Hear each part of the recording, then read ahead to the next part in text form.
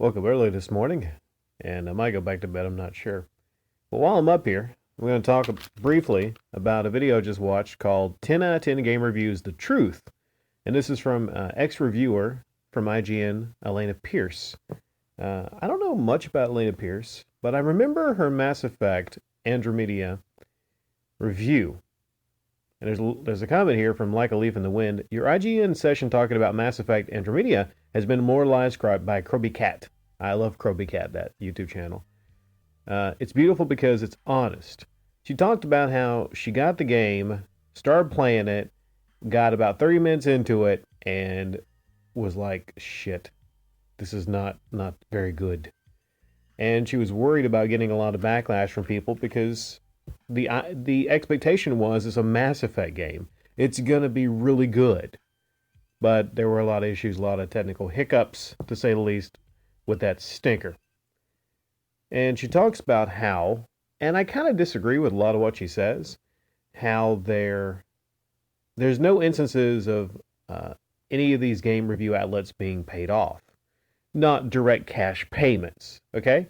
The thing is, even if that is not happening, has never happened, if no money has never exchanged hands, at the very least, and she goes into this, it's about the access. She does admit there's some shady things going on at IGN, the early access that they get because of their special relationships with these games makers.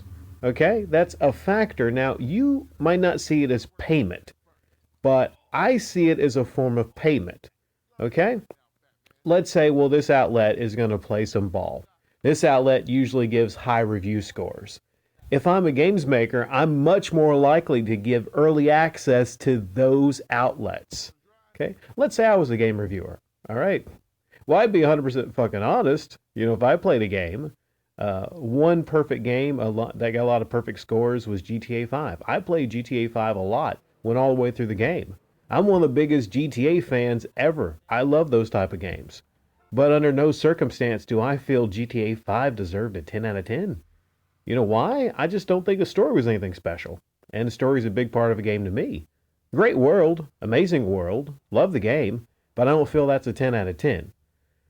She talks about, I'm seeing the background here, a review on I think the IGN review got 10 out of 10 from Jonathan Dornbush. She said she knows the guy and she feels that his actual feelings, but she also shows she feels personally she doesn't think the game is a 10 out of 10. Okay?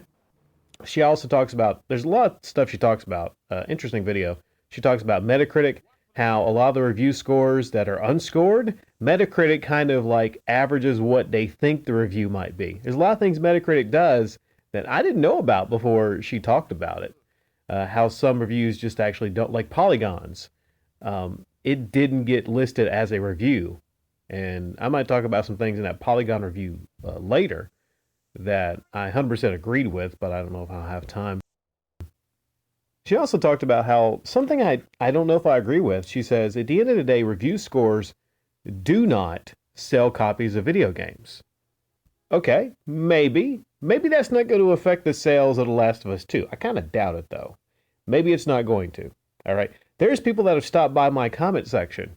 And maybe they're lying, but they said, you know what? Rick, thanks for letting us know about The Last of Us 2. Because of a certain thing that happens in it, I'm really not going to buy it. And there's certain people that said, you know what? I really don't care that much. I'm going to go buy it anyway, regardless of anything that happens in the story. Anything that happens to certain characters. Okay.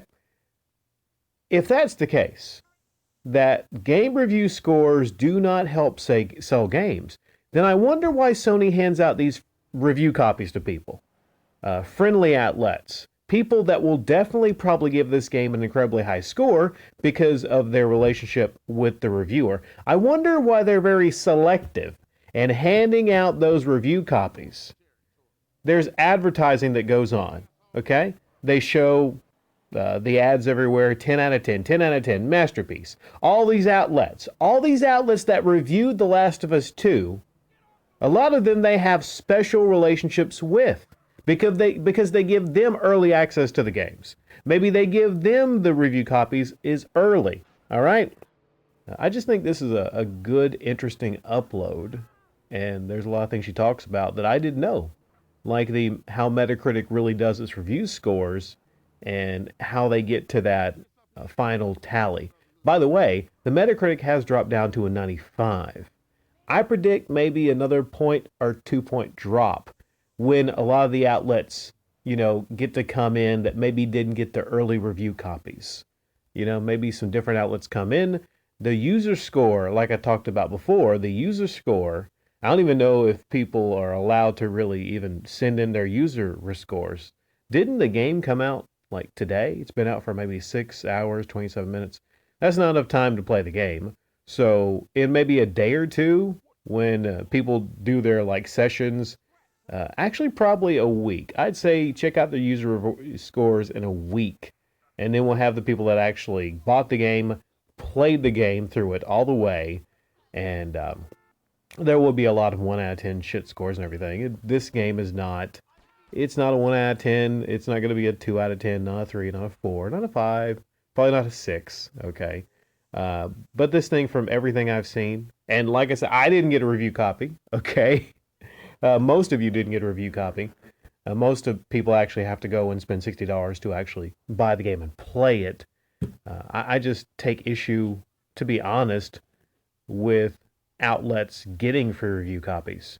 Okay? I think at the core of it, unless you actually pay your $60 to buy a game, you are not going to be 100% critical of it. That's just how I feel. You don't have to agree with that. That's just how I feel. I know if I got something free, I would be a little bit easier on it if I got it free, unless maybe it was a place and it was my job to actually review games. Personally, though, I think YouTubers that get the game for free, it's going to be a little bit different. One final point I think she makes, she talks about how she knows somebody, I forget their name, and how she didn't review it because she feels that there might not be a conflict, but she knows somebody. Okay, think about this. Let's say Gajillionaire, and you're not a games maker. Gajillionaire creates a video game, wants me to review it on the channel. Ooh, that's going to feel weird. That's just going to feel weird, though, because I talked to Gajillionaire a lot on here. This person might be considered, one of my online pals. So I think to do a perfect review of something, you kind of have to not know the people. That's like, if Kenny came out with a game. A better example is Kenny. I think I've used this example before. If Kenny came out with a video game and I reviewed the video game, it wouldn't be a completely 100% honest, fair review, even if I felt like it was, because there's conflicts. There's a better word for it. I can't think of it right now. It's really early. But how do you feel about all this? Do you feel like game review scores ultimately affect game sales?